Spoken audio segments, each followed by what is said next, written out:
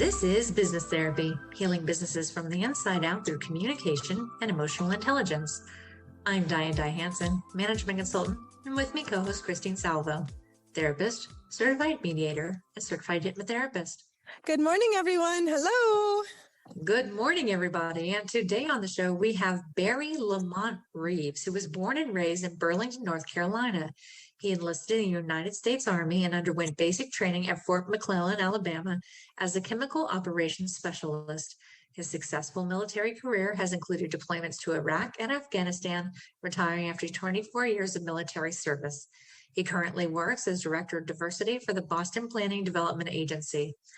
As the Director of Diversity, Equity, and Inclusion, Barry Reaves brings over 12 years of experience in diversity and equity management, including employee relations, organizational design, training and development, and strategic communications.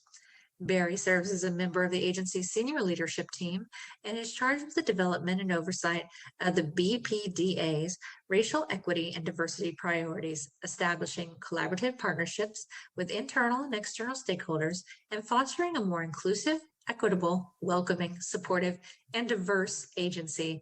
Mr. Reeves lives in Dorchester, Massachusetts, and has two children, Benjamin and Isabella. Welcome to the show, Barry. Thank you. My goodness, that's a mouthful, isn't it? It was a mouthful, but your experience is absolutely extensive. Yeah, that's what it sounds like. We're trained first. So diversity and inclusion. I know we've done episodes on this before, but the one thing that Christine and I discussed in relation to having you on the show is that even that particular episode focused a lot on race, and diversity and inclusion is not just about race. So what are the other areas of diversity that need to be considered to be a truly inclusive organization? Well, that's a great question, and I think a lot of times because of the nature, especially of social media, we tend to focus on just racial equity. But there's issues of disability, there's issues of gender, sexual identity, religion, quite a few other things. And so, diversity and inclusion looks at the whole holistic approach to bringing a more equitable workplace, equitable society. And so we need to make sure that we broaden our horizons on seeing that as a little bit more. So I'm really curious. Oh, go ahead. I actually have to praise an organization that has really taken this to heart.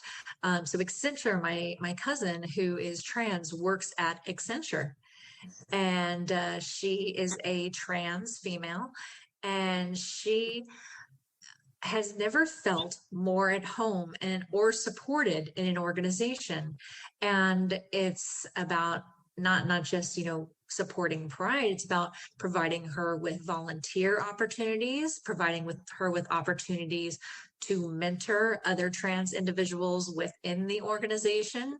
So Accenture seems to, across the board, be doing some really great stuff in diversity and inclusion, and not just from the race angle, although the race angle is very important, but the gender identity and other aspects as well. I think that's the one thing I'm glad to see more companies really focusing in on, but not just saying that they're Pride in a more inclusive place, but they're also developing their staff and talent to give them all opportunities to perform at the best and brightest. And that's really what diversity, inclusion, and equity is all about. It's harnessing people's ability and their God-given talent in whatever their professional career is, and giving them the opportunity to be their best self, and having an environment that supports their growth and capitalizes on their talent. I think companies have made the shift to see themselves as these human resources and trying to get the best out of their staff members. And by having a real focus on the DEI area, they've been able to capitalize on those unique talents that people bring to the table, but making sure that their culture is inclusive enough to allow people to be themselves and not have to feel like they have to hide who they are or make excuses about why they are, or even feel like they're ostracized for being or choosing what they are and what they do. And that's where we as organizational leaders need to really take our time to focus in on not just race, but gender, and making sure that our culture supports and gives them the opportunity to be there at the best. And it seems like this also applies to accessibility issues. Yeah, I well. love what you just put here. I just had to write this down. Harnessing their God-given talents for personal and professional growth. If we just did this in general, it would be such a different place to be, right? And I'm really thinking of some of these issues that you're bringing up and going, this is actually pretty new. Right. There was a time, even up until recently, where you did have to hide who you were if you wanted a job. You did have to play the mainstream melting pot game. And I'm actually really liking that we're really starting to sort it out again, that we're starting to let things, come to the top and it holds its own spot. I think that there's this shift has become where people have accepted that this is our society, this is our culture, that people are people. And I think one of the things I know I learned over 24 years in the military is that a person is a person, regardless of who, what their background is, their sexuality and everything else. It's just their ability to do the job, and making sure that the environment is conducive enough to let them do their job effectively, and stop focusing on what they do and why they are, or what they believe and who they choose to believe in.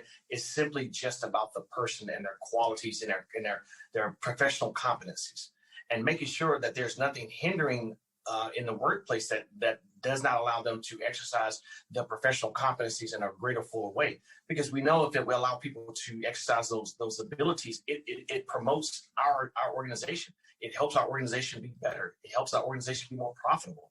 Studies have shown that companies that embrace the DEI perspective, and not just racial equity, but a full-throated support of DEI principles, are more likely to achieve the business bottom line and be more profitable. That's been proven over time. So I think companies are now starting to see that and adopting more strategic focus on DEI, not just something that they have to do like an EEO rule or anything else, but as a part of their strategy. And that's where we are wanting to see that change, which is not just a part of their have to do, but their actual strategy. It's interwoven in their business strategy. That's an important key factor.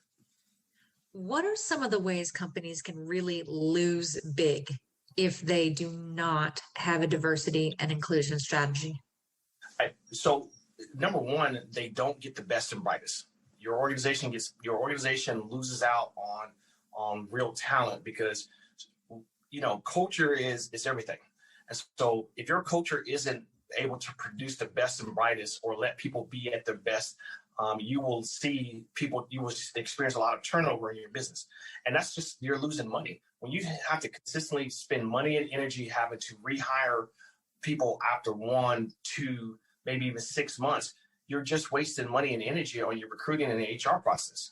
And so you can't keep the best. And then that becomes your calling card. So now not only affects your bottom line in your internal business, but it also starts to affect your external business. People will start to see that you're not really keeping the best and brightest, that you're losing people, and that your organization doesn't promote the best. And so it hurts financially. There's companies that are losing money all the time when it comes to this, and not having a full-throated strategy when it comes to inclusion and equity. And that makes a lot of sense, is that if you're not cultivating the best talent, that talent does not feel at home, your talent retention will be very low in that regard. So I imagine if my cousin did not feel accepted, welcomed, empowered at her company, she would quickly look for a company that would accept, empower, provide opportunities, which the amount of money that companies lose on employee turnover is astronomical. We did a study one time, and I think this was the thing that crystallized in my mind. We saw that our turnover rate to hire someone was about $17,000 per person. So on average, when we at a company anywhere between our company was about 18,000. So we were seeing about $17,000 per loss every time. And then another additional $68,000 in having to train and restaff and do all those other principles to hire. And so, every company will measure this differently, but to see those numbers when it comes to the turnover concerns and then trying to rehire and not knowing if you're going to be able to get the right person, because the hiring process is a gamble at most best. And so we have to do our best to ensure our culture is so conducive for people to grow. And that's the one thing that we have that on the line, not just be there, but grow. That our principles are sound, that our HR practices are sound, that our team culture is sound, and that we adopt real strong values and we practice them at all levels of leadership. So from a diversity and inclusion angle, are there any differences between growth trajectories, growth opportunities from a diversity inclusion standpoint versus maybe just an general employee development standpoint? There is a correlation there. I think the one thing that we have to stop doing is looking at our growth strategy as something that we can measure in sometimes metric numbers. Growth is, is our culture retaining the best and brightest? Is our execution of our business strategy, growing at an exponential rate? When we do our employee surveys, are we seeing the loyalty and trust factor grow up? Are we seeing leaders being developed and rising through the ranks?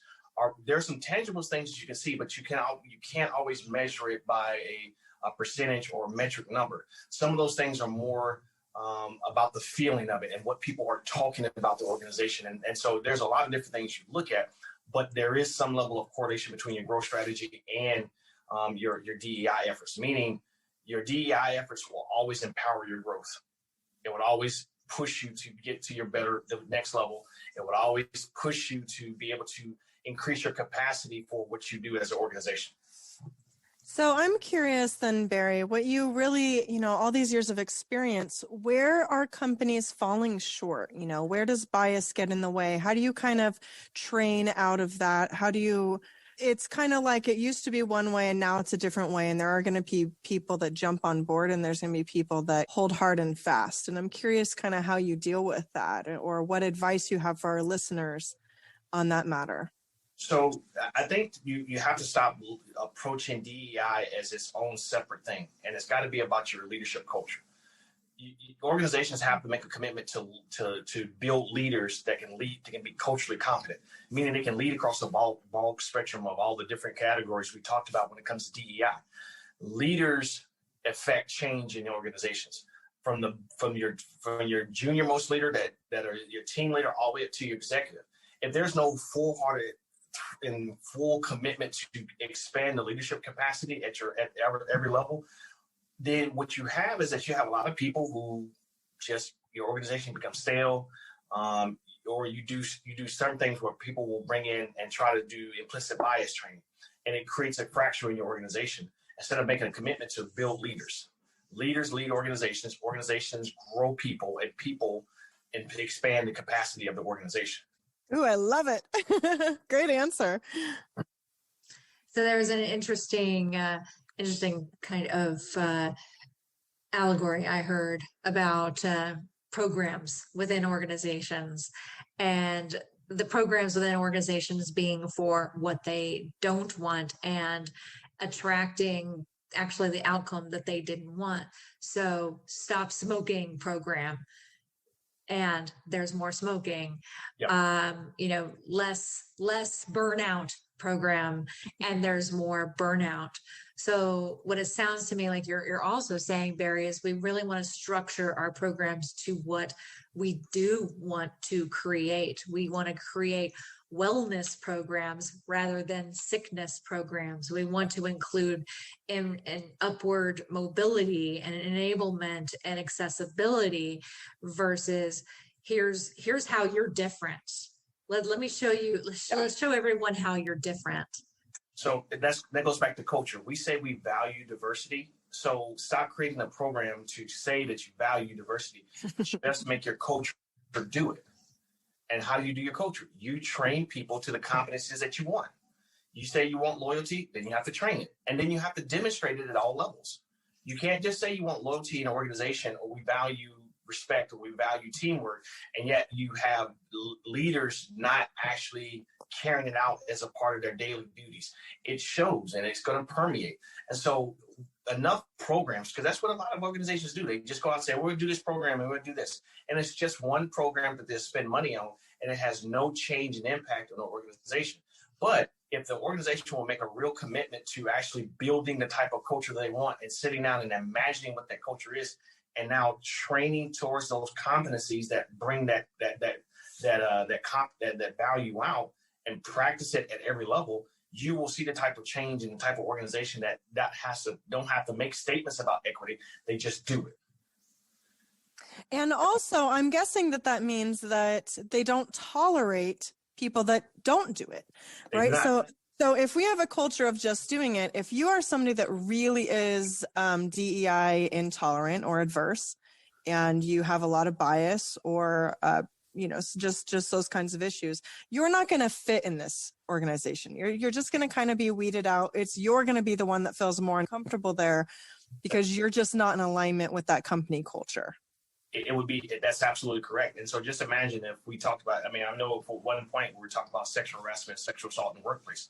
It became a pervasive issue.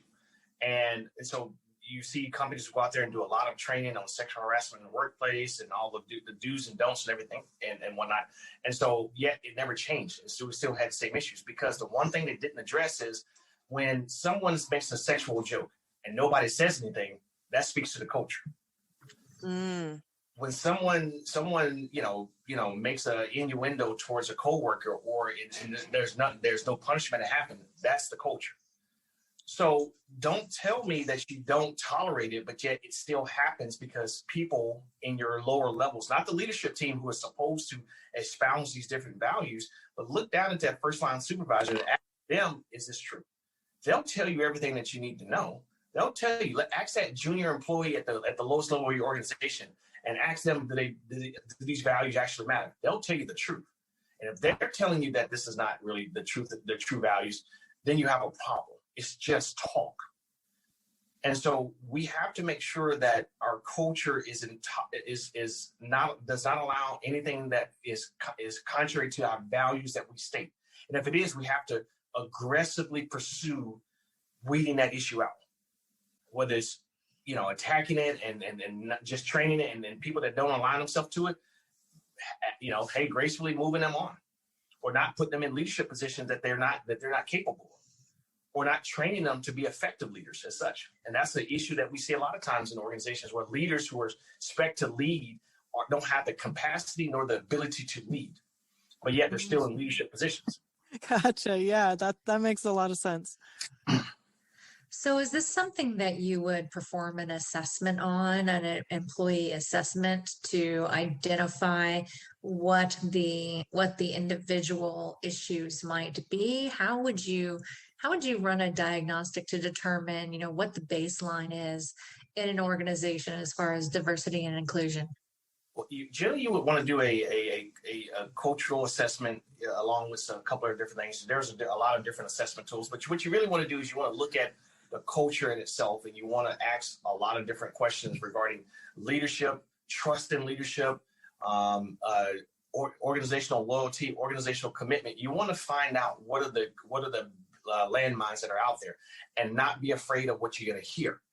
I think a lot of times, a lot of organizations don't want to do these organizational assessments because they know once they peel back that onion and hear these negative comments and hear specific names being listed of leaders or specific issues that happened that they didn't lead through, that's going to create this perception that they're not doing anything, and they're uncomfortable with it. And you cannot be afraid to deal with your dirty socks.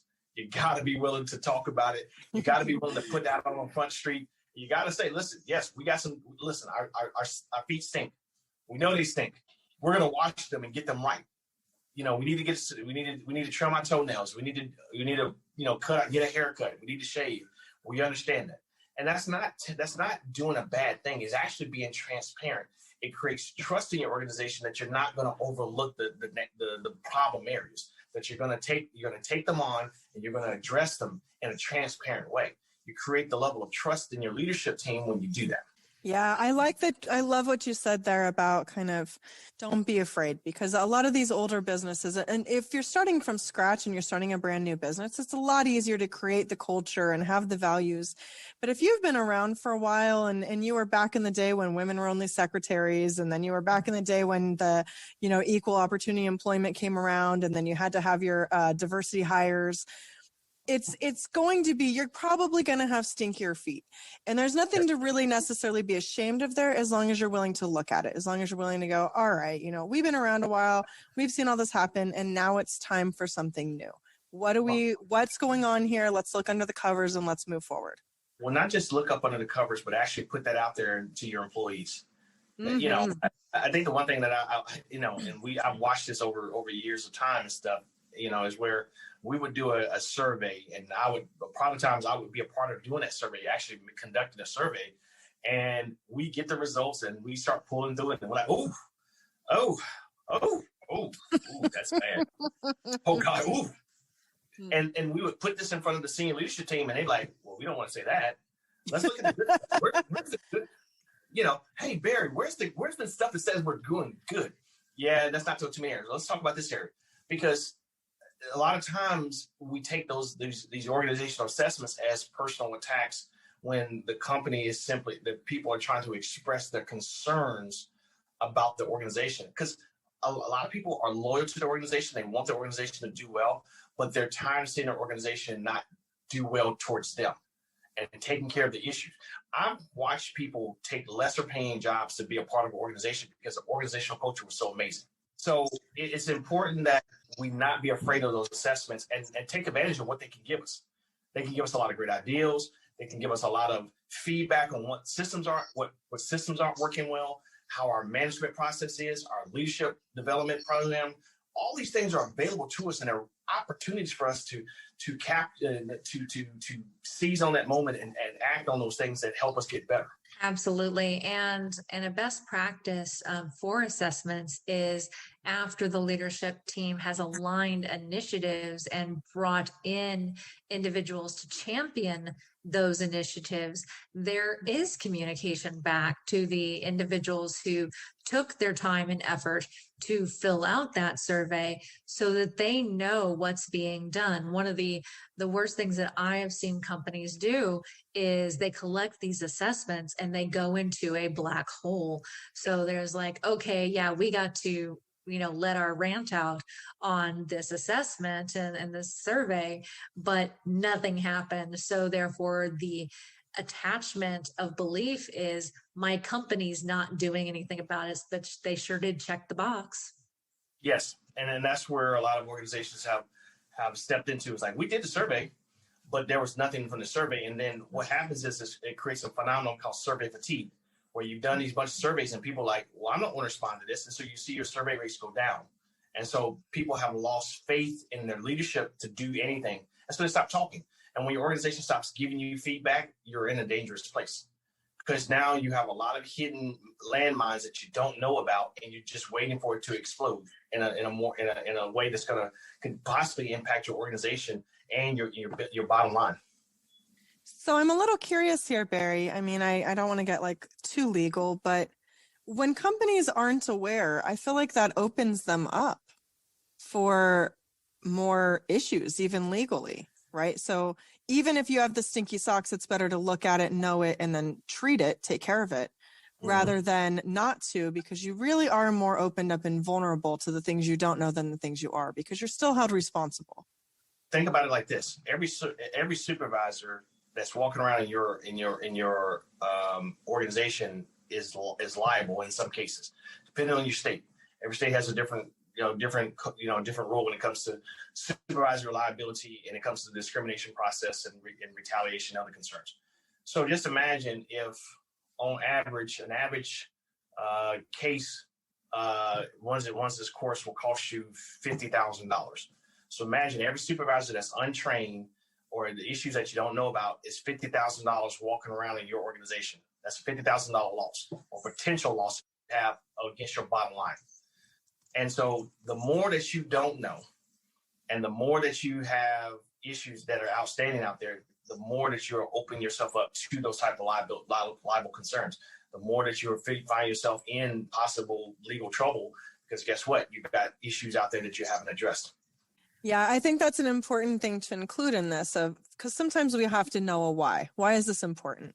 And sometimes it's a lot of people are financially driven, right? So they say the culture's good, I care about this, I care about that. But ultimately, I'm in business to make money. And lawsuits aren't typically private. So, not only that, so there is a lot of incentive of actually going deeper, of really taking a look at this, of really making those cultural changes, leadership trainings, and changing this for the long term. But it's also a protection. Like it puts you in a better position as a business. Not only are you more likely to have these diverse employees that are really working at their best, but you're less likely to have these lawsuits coming at you from kind of left field, because you're doing what you need to be doing. Correct. And I think the other thing is that we need to change our mindset on these EEO, diversity, inclusion, as seeing them as reactionary stuff and treat them as offensive opportunities. To go on offense, to be proactive, not reactive to an issue, but proactive in resolving the issue before it even happens. Why do I need to wait till I get a case or get a file complaint against my organization when I simply can be out there proactively addressing those concerns? And when I get this information, be aggressive in going to address it and deal with it.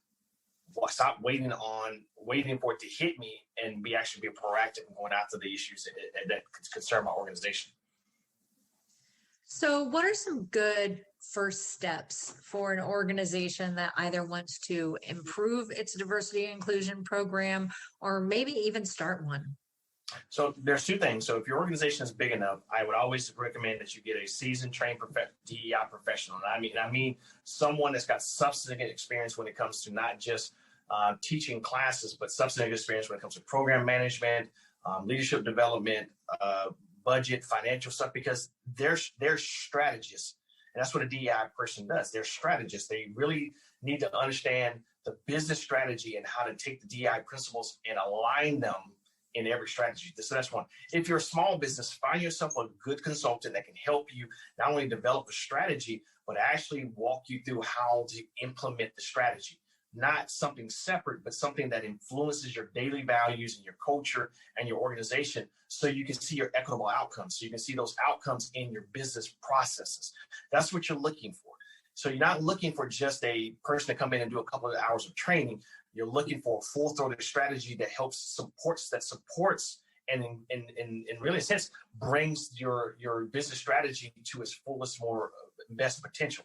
If you just get someone to come in and do a class on that, you missed the boat and you missed the opportunity for you've gone down the wrong exit when it comes to DEI.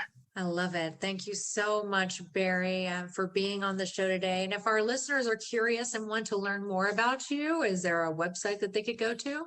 Well, they can go to Change Factory Live. That's my personal website. That's where I do a lot of my consulting work and everything else. So definitely check out www.changefactorylive.com, and definitely will love to help you and support your efforts in anything you're trying to do for DEI.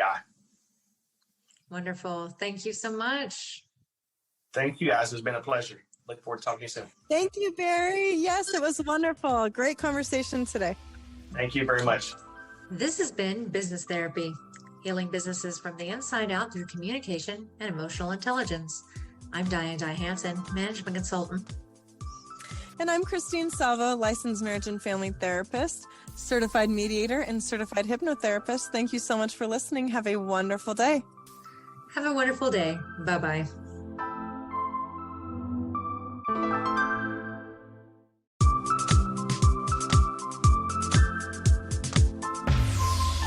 This is Business Therapy, healing businesses from the inside out through communication and emotional intelligence.